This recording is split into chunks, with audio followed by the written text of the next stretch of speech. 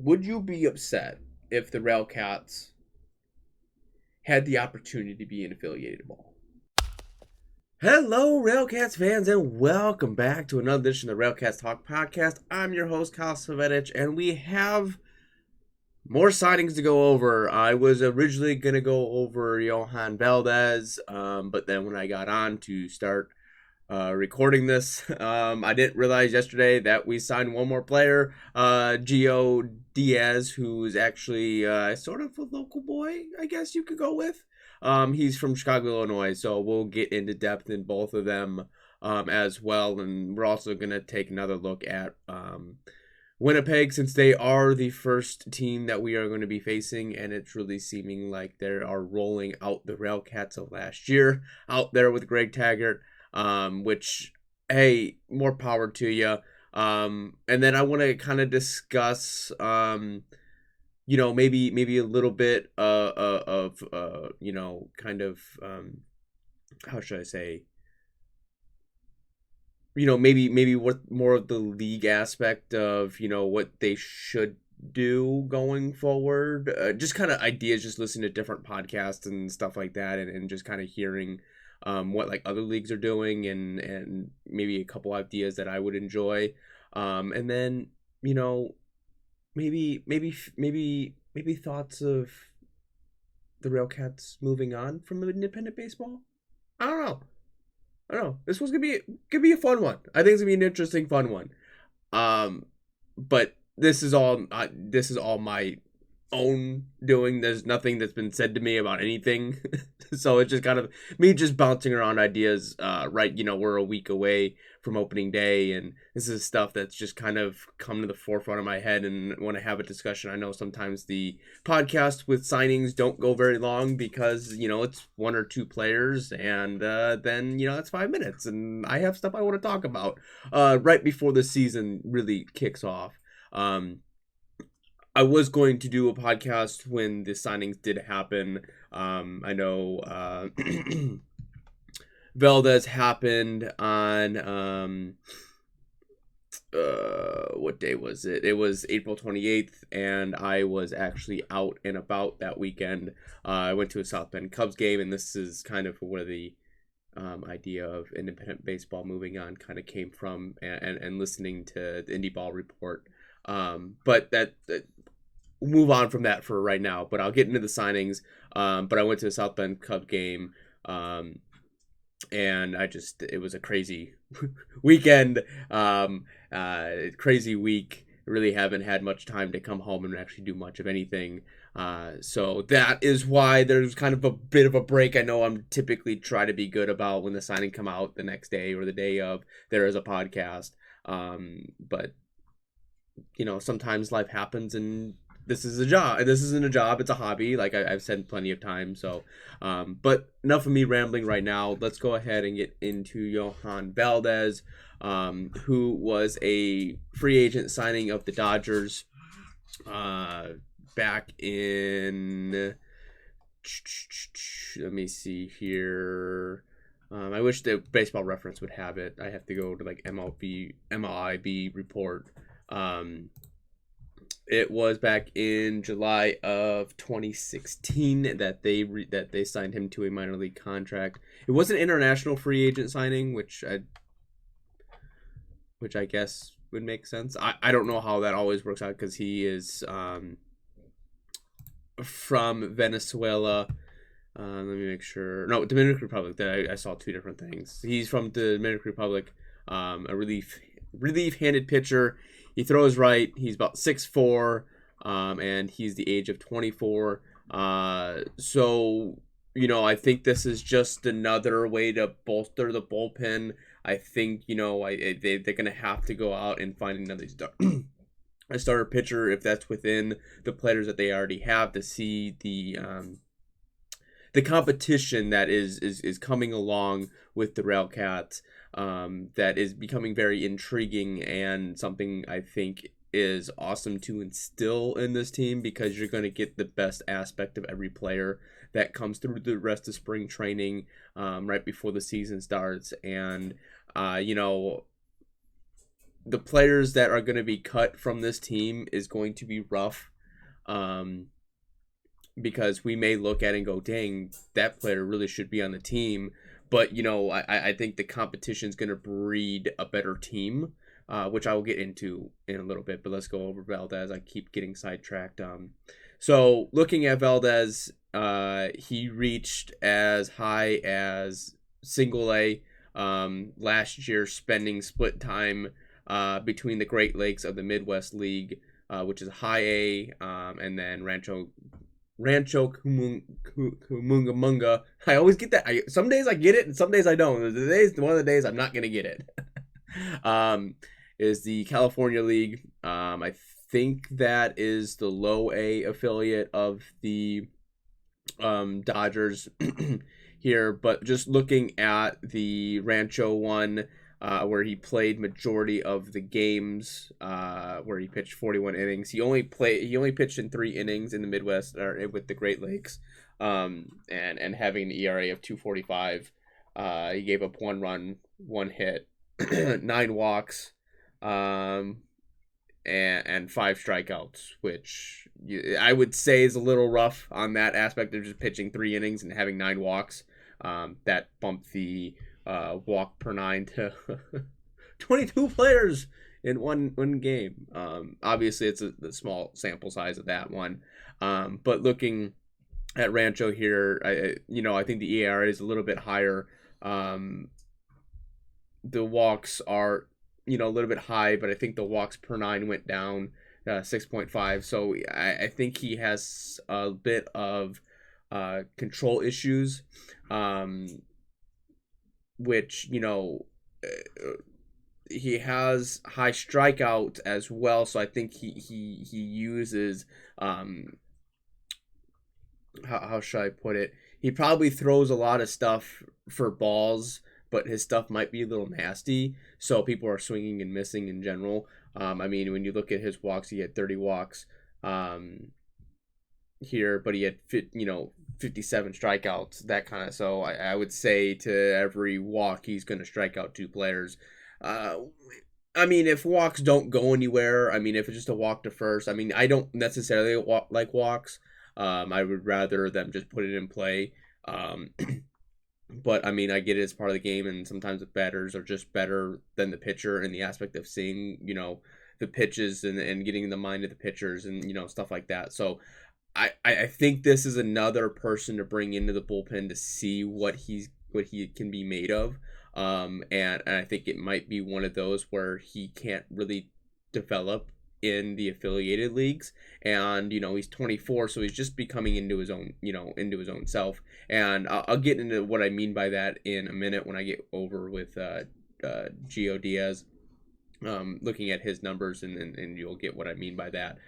So I'd be interested to see what this year's going to bring for the RailCats. Bolstering the bullpen, all that other crazy looking stuff. Let me pull up the roster here real quick, because we're just looking at the pitchers, and it is loaded with pitchers. A lot of these players, I would say when I look at it, I would say a lot of these players are locks that were with the team last year, but I just don't quite know. You're just bringing in talent on top of talent, on top of experience, young players, older players. Is this just a matter of, bringing in older players that, that want to play baseball, but necessarily aren't looking to, move to the affiliated ball? Maybe they're just looking to, play, but be able to teach younger players to get them through the grind. And I think that is something that Lamar Rogers is breeding within this organization, is bringing in veteran players that have been through the grind for many of years, and that have touched double A, had touched triple A, that to teach these younger players that it still can happen. I mean, why can't I think of the guy's name? But the guy that for the Pittsburgh Pirates, 33 years old, played over 1,000 minor league games, finally got his first debut. You know, I mean, there are some players that will grind and grind and grind, and there's some players that, you know, just want to have fun, enjoy playing the game of baseball, but teaching other people on the same side of that. So I think that's what we're seeing. Here a little bit is just a mixture of, you know, older players, younger players. I mean, when I'm looking at the birth dates, I mean, with the pitchers at least, you know, there's no one in the 2000s in the pitching. There's a couple at 99. I think the lowest is 92. So, I mean, you're getting that wide variety in the 90s there of different players and age groups and, you know, so on and so forth.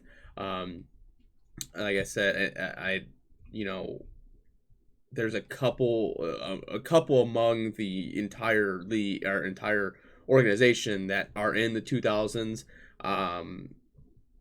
But like I said, I don't think there's anyone lower than 92 with this team. So I mean, it's just you have the wide variety of players, the older players, the newer players, and so on and so forth. But I think this is just breeding competition aspect of it.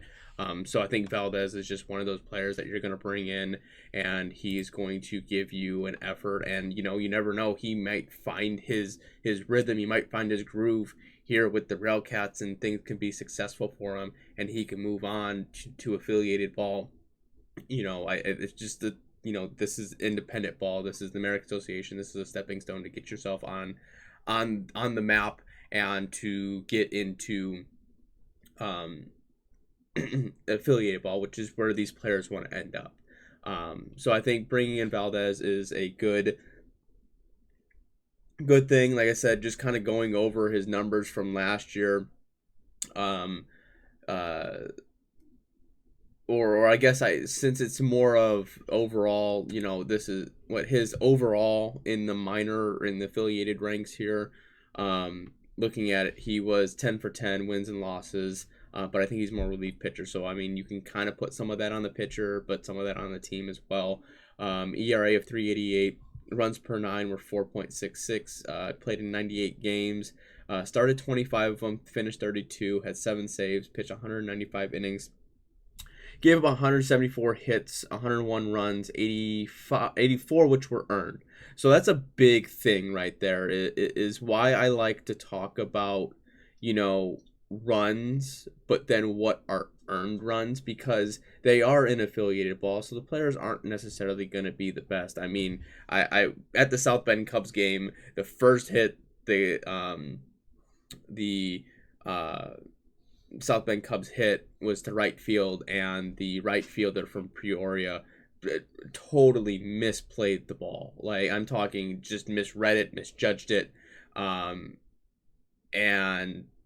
then he threw the ball and it went way out of the way, and the guy hit it inside the park home run. Like, it was just, that's the stuff that you know, you see it in the American Association, you're going to see it in affiliated ball. And I mean, it's just one of those that it's so hard to judge a pitcher by, you know, by the amount of runs that they give up, because you kind of have to look at the earned ones as well. Because I mean, if it's a ball that's hit in the gap, you know, that kind of stuff, that, you know, when they have runner on, you know, so on and so forth.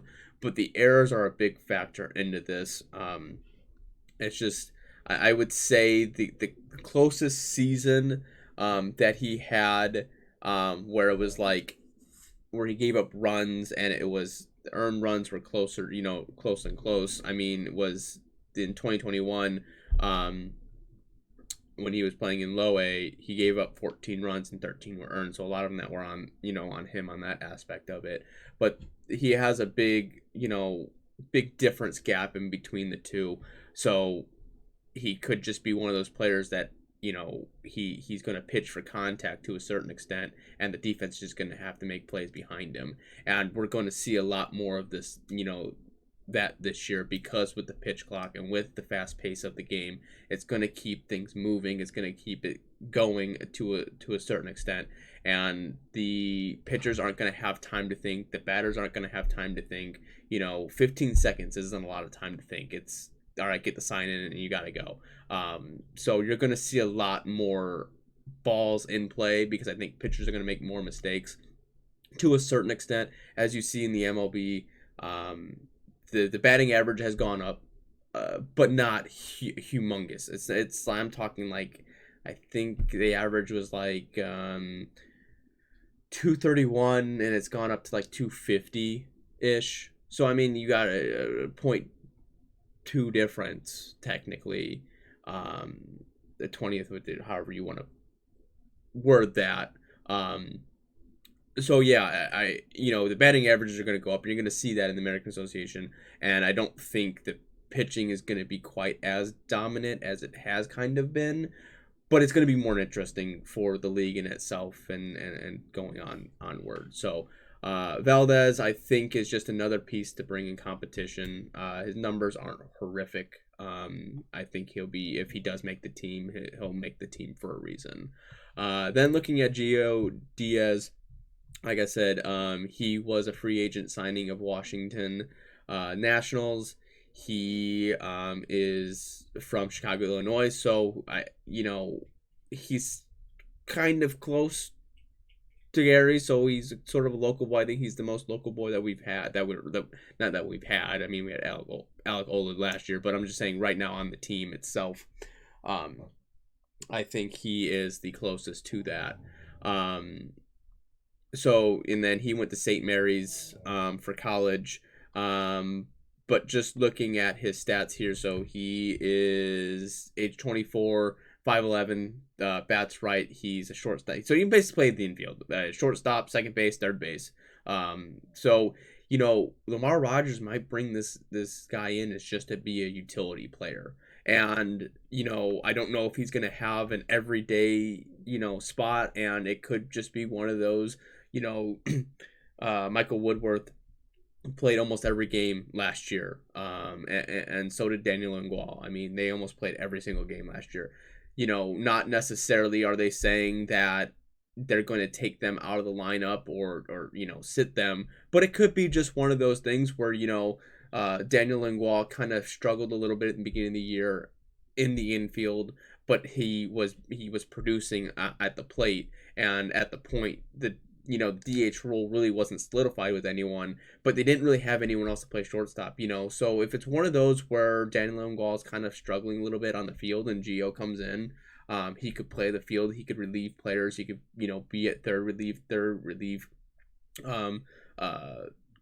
Michael Woodworth at second. Who knows how they're going to roll him around. It could just be another competition thing where Lamar Rogers doesn't want players to get complacent. I mean, he signed a lot of these players at early on in the year, and they might have got a little oh well, I'm already gonna make the team. Like, yeah, it is what it is. I'm gonna make the team. Now you're bringing in these young guns a little bit, and it's gonna breed competition. We're really gonna see who is going to be able to make the team, and I have higher hopes for Gio here.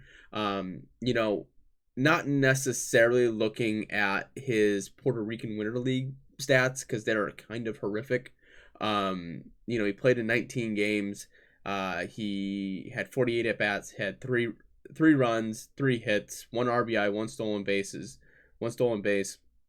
walked 3 times, struck out 7, but had a batting average of .083.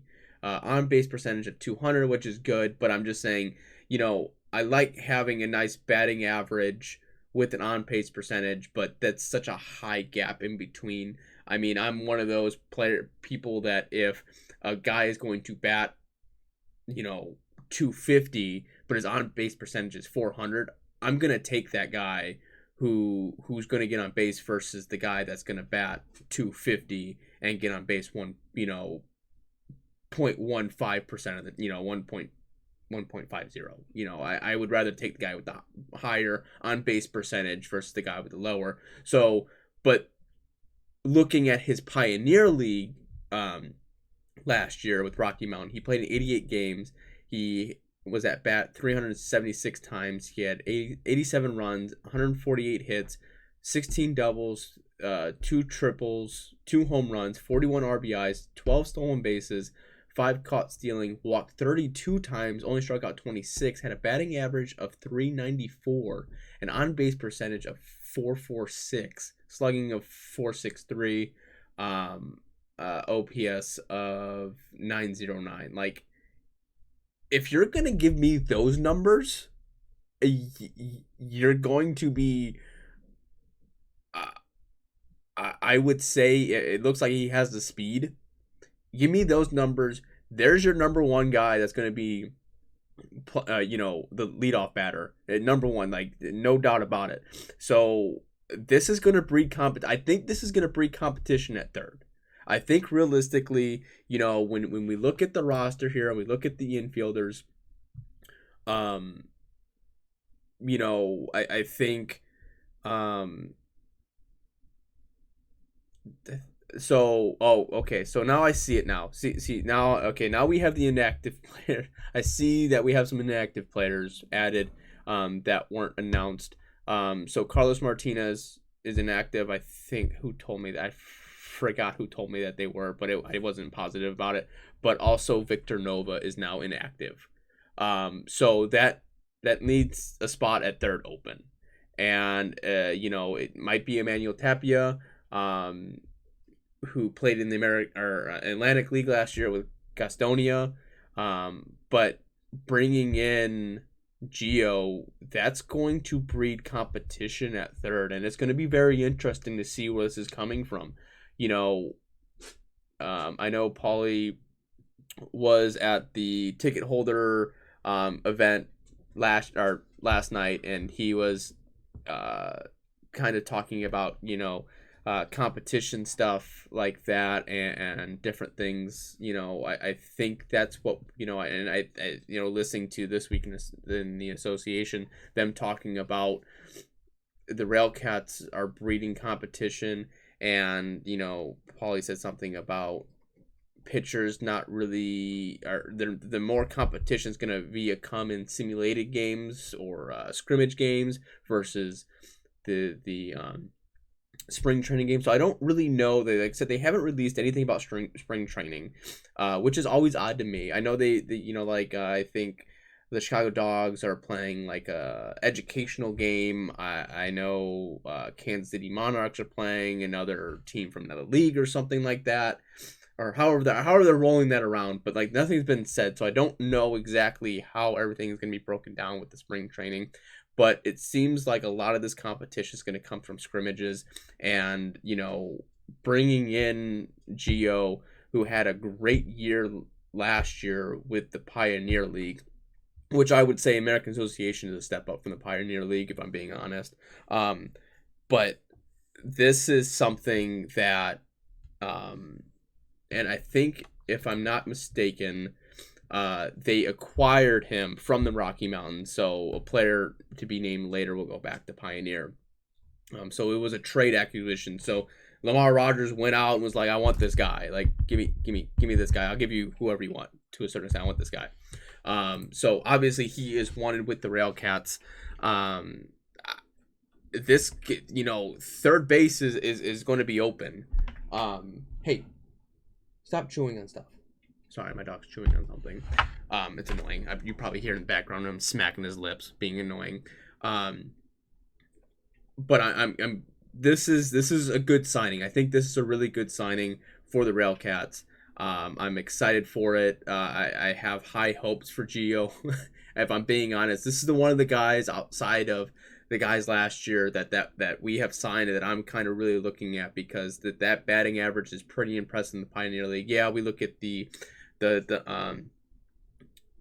Puerto Rican Winter League. It's not very good. I mean, if we're taking all of his levels together, right? If we're gonna take everything together, looking at the game, looking at his stats, he's played 310 games. He's had 186 at bats, 241 runs, 355 hits, 52 doubles, three triples, 8 home runs, 141 RBIs, 81 stolen bases, 22 caught, 121 walks, strikeouts 108. Okay, let me just put this in perspective for you. This is 5 years of playing. Okay, you got some college in there, and rookie ball and low A ball. only in the course of the 5 seasons with all these teams, only striking out 108 times is pretty impressive. So this guy's gonna come up and he's gonna give you an at bat. I mean, even at having, you know, 48 at bats and striking out 7 times and having a batting average of 83, basically, or .083 with the Puerto Rican League. I mean, that's not a lot of strikeout. It's not he doesn't strike out terribly. Like, I would expect him, just looking through, I would probably expect him maybe striking out like anywhere from 10 to 20 times this season. And it's going to be, it's going to be very rare. Depending on how he does coming in, but I'm just saying, breeding this, but then having an average of 382 and on base percentage of 418, like over a course of 5 years, and him being that consistent throughout the majority of the leagues that he goes through is pretty impressive. So I'll take that. I have high hopes on him. On that aspect of it. So looking away from, I guess I should look at his fielding stats as well, because that's a big thing. So far in the Puerto Rican League, the Winter League, his fielding percentage is 1,000. Looking at all levels here, it's not going to give me a fielding percentage, is it? Nope, it's not going to combine all those together. I would say, the worst that he was in Fredericksburg. In low A with Washington, he had a 647, which is a little rough. Having 8 errors, that's or 6 errors, that's a little rough on that aspect of it. But I think his fielding is getting a lot better on that aspect of it. So there's his fielding and all that other good stuff. So yeah. Now kind of looking onward for like the American Association in general. All right. So a couple things that have intrigued me over the course of a couple days listening to Indie Ball Report, this week in the American Association. I'm intrigued about what the American Association wants to do as far as a tester league with the MLB, as the Atlantic League has seemed like it has taken the full brunt of whatever the MLB wants to test. Throw it down there to the Atlantic League and let them try it out. I think the big rule changes that the Atlantic League has put into play here are the 1 disengagement for pitchers. So the pitcher's going to step off once and throw over, and that's it. Now, right now with the MLB, it's 3. 2 technically, but on the third one, you have to get the guy. So only 1 disengagement. I don't really like that one. Like I said, I'm all for making how should I put it? So listening to the Indie Ball Report, which if you haven't listened to, is a really good podcast. That's something that I strive that hopefully one day that I can get to that point, because that they do a fantastic job. Now they cover all independent ball. Right now they're mostly hindered on the Atlantic League, and Atlantic League takes majority of it. But it's still interesting to hear them and what their thoughts about what baseball is doing is, when you look at baseball, when baseball first started, times have gone up. Times have gone up, and up, right? And the viewership has gone down. Right? And this is nothing to do with age. This has nothing to do with race. This has nothing to do with any of it. What this has come down to the aspect of baseball is becoming such a me sport, right? Me sport. All right. If you take a clip from last year, the MLB at least, all right, take a clip of last year and at bat. Someone showed. I watched this. It was crazy. And then you take a clip from this year. All right. The the at bat was last year threw a pitch, and then on the right hand side was the from this year. Guy threw a pitch. Guy put it on play, was safe. All right. While that's all happening, on the left hand side, the pitcher is tossing the rosin bag. He's walking around the mound a handful of times. The batter steps out, adjusts his gloves, looks around, looks at the coach. The pitcher's still walking around with the rosin bag, taking forever to get. And then on the right hand side, there was 3 more pitches thrown. In the matter of all that, the batter was in the plate or at the batter's box, and the pitcher was ready to throw the ball and threw the ball 3 times before the pitcher on the left even stepped on the rubber. And that turned into, on the right side, it turned into a double play. The inning was over. The inning was over. All right. In a matter of 5 minutes versus one at bat and one at bat and one pitch in 5 minutes. Now, you may take the extremes of both sides on that, but my point as I'm getting here, and you know, as I was watching because going to the South Bend Govs game was my first time really experiencing the pitch clock aspect of it, right? I didn't feel an ounce of difference other than the game lasted 2 hours. I didn't feel an ounce of difference about the game. Yeah, was I kind of focused on the pitch clock a little bit? I was, because it's intriguing. It's different, right? The pitch clocks weren't outrageously stupid. They weren't these big I mean, they were decent sized so you could see them. But they had 2 behind the plate and they had 1 in the outfield. It wasn't like this crazy. The best way to describe this is if you're a football fan and you have the play clock, right? How many times you actually look at the play clock now that you know players have established themselves, or fans have established themselves with the play clock? How many times you really look at the play? You really don't. You then you're kind of like, oh, this is kind of close. Like, oh, okay. You're gonna eventually not care that it's there. Is what I'm getting to. What my point is, what I'm trying to get is, I think baseball now is trying its best to replicate when baseball was at what it was at its prime. When baseball was at its prime, the games were less than 3 hours. It's a proven statistical fact that the games at its peak were not these 3.5, 4 hour games. No one wants to be at the, I'm going to go on a little tangent here. Don't give me the crap of the concession stands that are going to lose money. They're the entertainment between innings is gonna be bad and gonna be horrific and gonna be terrible.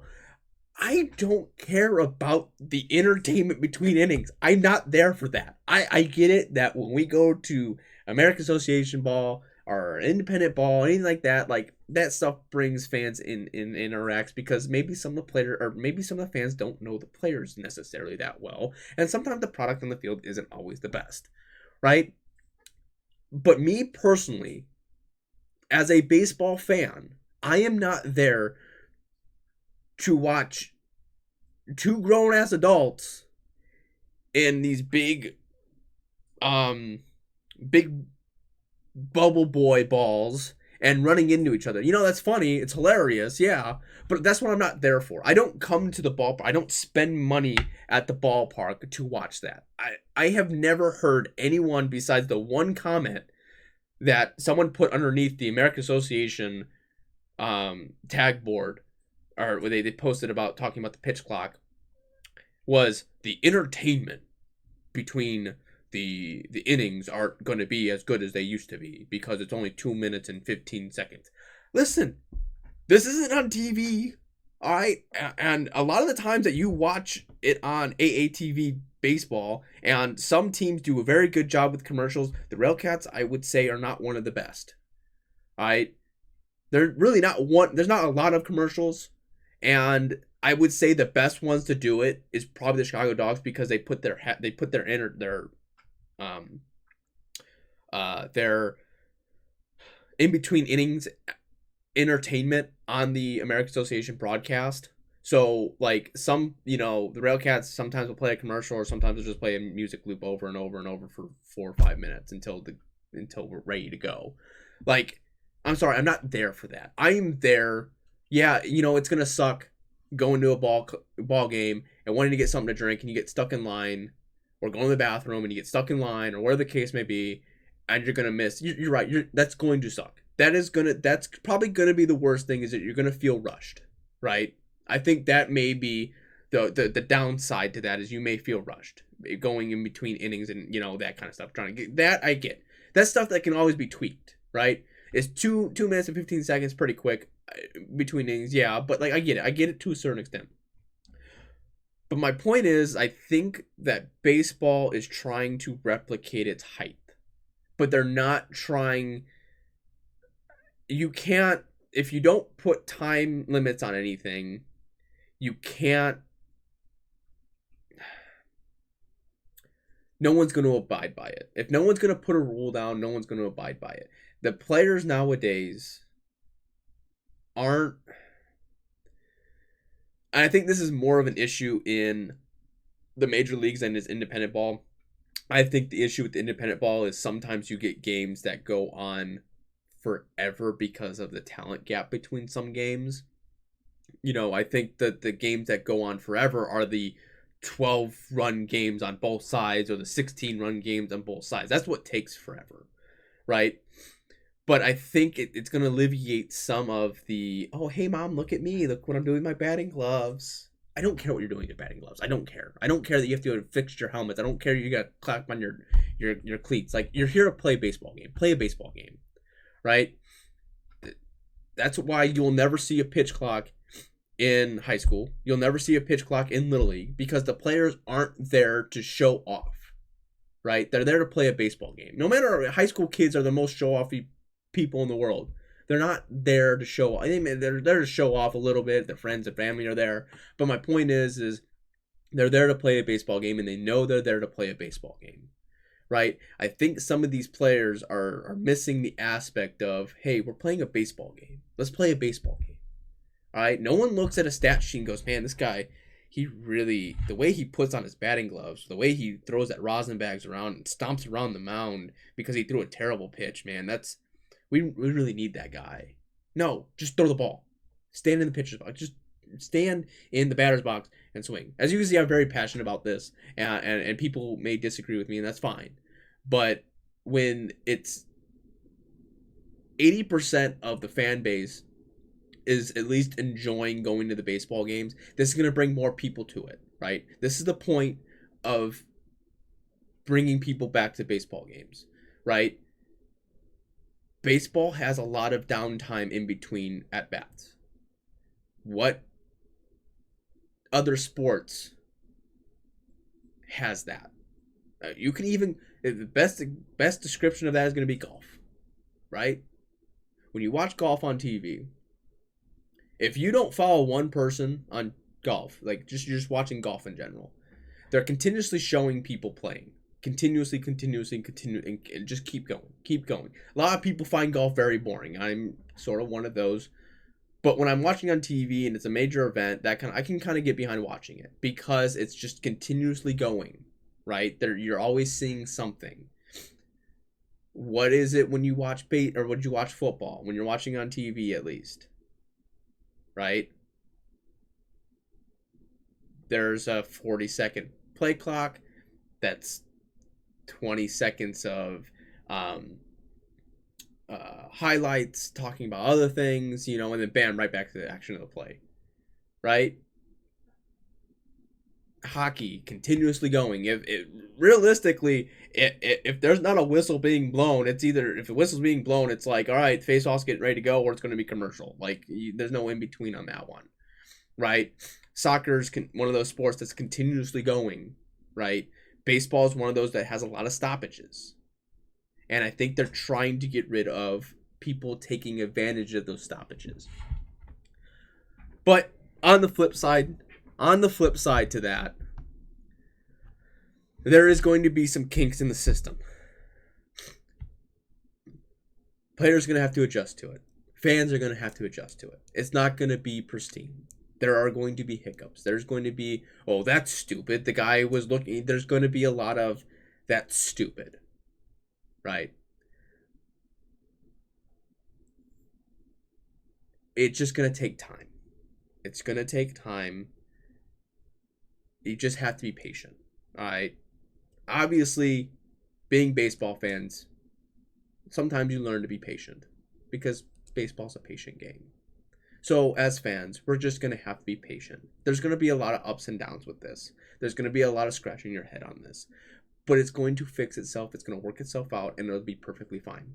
I think that's the fear, is that everyone is afraid it's going to be a complete disaster. I'm not saying that it's not going to be a complete disaster for the first 2-3 weeks. But after those 2-3 weeks, the fourth week's going to come around. There's going to be less hiccups here, less like hiccups there. People are going to understand the rules a little bit better. People are going to get into the rhythm of the thing, and everyone's just going to forget that it even exists. Plain and simple. It's just one of those things. But looking at the American Association in general, is it a good idea to take on every nuance that every idea the MLB comes up with and throws it out at the players? No, I don't want that. I want what the American Association has been and is doing, is if the MLB adopts a rule and puts it in their rule book, then the American Association puts it in. I like that idea. I don't like being a complete tester team or tester league because it's hard to adjust to some of these rules that are going to be put in. I know the Atlantic League has put some terrible rules in. Like one of them was like, if you bunt on the third strike or you bunt the ball, you have 2 strikes, you bunt the ball and it goes foul, you get it on the redo. No, that's ignorant. Like, no. This disengagement one time is a terrible rule. I think that's horrific. It's going to bring a lot of people to steal bases. It's going to be outrageously stupid if you have any kind of speed, how many times you're just going to steal, because you're just going to go. Like, the guy's going to make movement and you're just going to go because he's going to be stuck. Because if you read it right and you go back to the first, you get second base anyways. They're just going to go. So I don't necessarily don't enjoy that. I think that once the MLB puts in a rule, then the American Association looks at it and goes, do we deem this to be a good rule to put in? Yes. Going on to my next point that I talked about on the podcast was, would it be entertaining? I'm just entertaining the idea. This is nothing that I've heard, nothing that I've speculated, something that I've kind of been intrigued by. Is because going to the South Bend Cubs game and looking at their stadium and then looking at the RailCats stadium and looking at some other stadiums in the American Association, looking at the stadium in general, if we're just taking the breakdown of the stadium, that looks like a baseball stadium, right? I would probably put it along the lines of looking like Guaranteed Rate, just the way it's kind of set up. To a certain extent, not saying it's identical replica. It's not. I'm just saying you have the upper deck, the suites, the so on and so forth. Everything's underneath, and blah blah this and that. Besides outfield seating, you have it in right field, but you don't have any in left. You have the center field entertainment to a certain extent out there. But what if? Do we as a fan base or people that listen to this podcast, would you be upset if the RailCats had the opportunity to be an affiliated ball? Right? If someone just says, you know what, I'm tired of my low A high A team being halfway across the country. I'm more looking at the Chicago White Sox at this point. Or the Cubs potentially not signing back with Myrtle Beach or whatever the case may be. How would you feel about uh, a major league team coming to the RailCats like, listen, we want you to be affiliated, right? I think as a fan, you got two things here. All right. So when you look at the management side of it,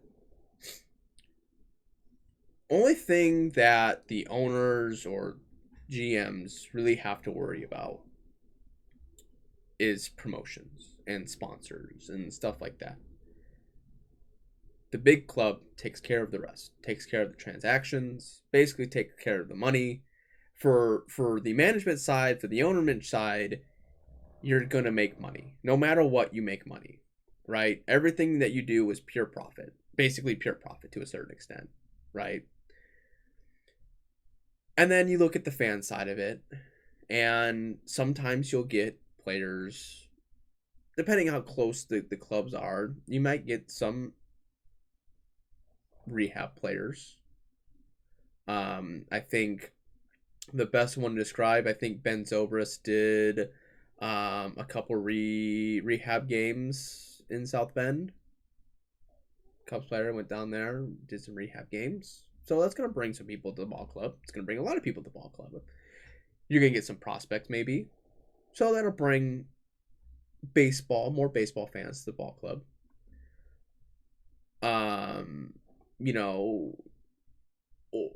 But the downside to it is if players are doing really, really well, they're probably going to move up. You're going to have a lot of roster changes. I'm not saying that you don't have roster changes now in the American Association or with the RailCats now, but you'll have it, right? So I'm just curious, right?